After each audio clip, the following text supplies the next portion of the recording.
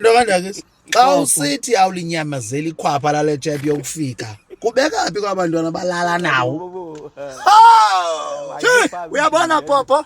Ngaba uthi xa yokutakele lona ufike ngose unamabhadi ekuseni ungazi noba kwenzekani. Izinto zakho bezikade zihamba ngoba ngaba balapha kuthi. Bahambe bethatha wonke lamashwa kwezi zipukupuku zangapha kwelizwe singazifuni. Lume, inendixakayo ba aba bafuni nuka ikhwapha noba uyabanda. Uyamama kuyanede kodwa lo mfo esimkhwelisa apha ufike liphephe netapile yonke loo nto leyo.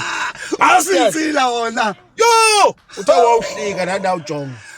Phofu kapho zinhlekisa. Apho ke wena ke Maduna zinhlekisa khona indlela ezizixelela ngathi. Ngoba kaloku ngabadadewethu, odadewethu xa bedunyelwe imali nalela tapile labo likhulu. Ubathetha indaba zonke. Bathi kaloku into zabafana mfowethu. Ikubetha ibingene bengathi i-hand grenade iqhushumbise kwanto ngaphakathi. Uthi bhubhisa kwalona zola bulletproof leyo wewe. Ihambe yophuma iyoxhasa amabele. Ndihlala nelinye ikwelekwele ndithi ngosendleni la ndiqoba ndilijonga lihlamba ndiqoba yo.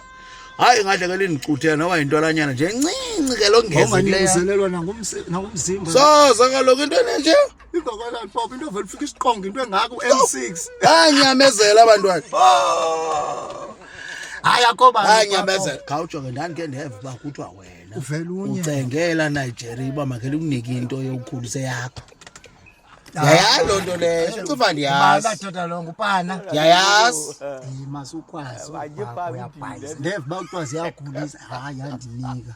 Uthi qha apho yabhayiza konke manje ndicencesela manje ngithenge. Ngave nayotywa sesasijojo sami xa ndisithi ujijekile uthe unento ezitendathi ayizupasa le ndaphindela kuye. Makasithethe ngale kaloku nami khawundithi nje ndiyifumane into le kaloku. Qala udla isidwejwe wena ingxaki yakho ufuna uqala usele isidwejwe esiqala.